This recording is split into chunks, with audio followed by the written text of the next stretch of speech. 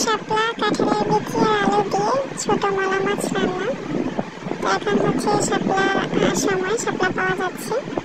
তো শাপলা দিয়ে হচ্ছে আজকে ছোট মাছ রান্না করবো। তো শেয়ার করবো আপনাদের সাথে ছোট্ট একটা রেসিপি। তো চলেন শুরু করি। আসসালামু আলাইকুম সবাইকে।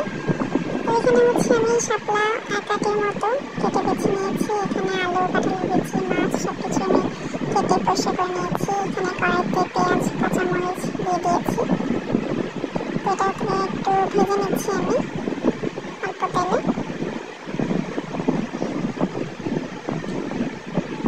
তো পেঁয়াজটা যেন পুড়ে না যায়, এই জন্য হচ্ছে আমি সামান্য পরিমাণ পানি এখানে অ্যাড করবো বাকি গুঁড়া মশলা দেওয়ার জন্য। তো এখানে হচ্ছে আমি বেশি কোনো মশলা ইউজ করবো না, হলুদ, লবণ আর হচ্ছে সামান্য পরিমাণ ধনিয়া গুঁড়া দিয়েছি, দিয়ে আমি ভালো করে মিশিয়ে নিচ্ছি। রান্নাটা আমি কাঁচামরিচ দিয়েই করছি। তো এখানে হচ্ছে আমি একে সব দিয়ে দেবো, শাপলা, তারপর হচ্ছে আলু, কাঁঠালের বিচিগুলো আমি দিয়ে দিচ্ছি। দিয়ে আমি ভালো করে এটাকে মিশিয়ে নেব। এটা মিশিয়ে নিয়েছি। কিছুক্ষণ আমি এভাবেই কষাবো, কোনো পানি এখন আর অ্যাড করবো না।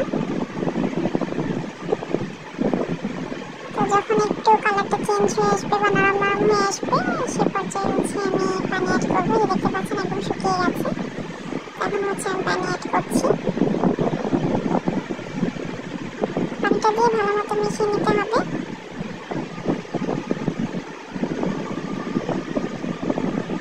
আপনারা আপনাদের পছন্দ মতো ঝোল রাখতে পারেন, বেশি বা কম। আমি একটু হালকা ঝোল রাখবো।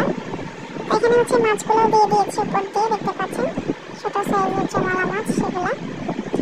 তো দিয়ে আমি ভালো করে মিশিয়ে নিচ্ছি এবং এটাকে আমি ভালো করে এখন ফুটিয়ে নিতে হবে আর কি। তো এই তো এখন হচ্ছে আমি সামান্য ভাজা জিরা গুঁড়ো দিয়ে দিয়েছিলাম।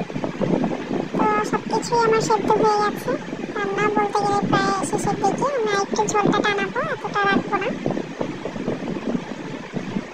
এই যে দেখতে পাচ্ছেন অনেকটাই কমে এসেছে, রান্না হয়ে গেছে আমার। তো আমি চুলাটা বন্ধ করে দেবো, এতটুকু ঝোল আমি রাখবো। কার কেমন লাগলো জানাতে পারেন। শাপলা কে কে খান সেটাও জানাতে পারেন, কে কিভাবে খান সেটাও জানাতে পারেন। শাপলা ভাজিটাও অনেক মজা লাগে। তো এটা আমার রান্না হয়ে গেছে। কার কেমন লাগলো জানাবেন। আল্লাহ হাফেজ।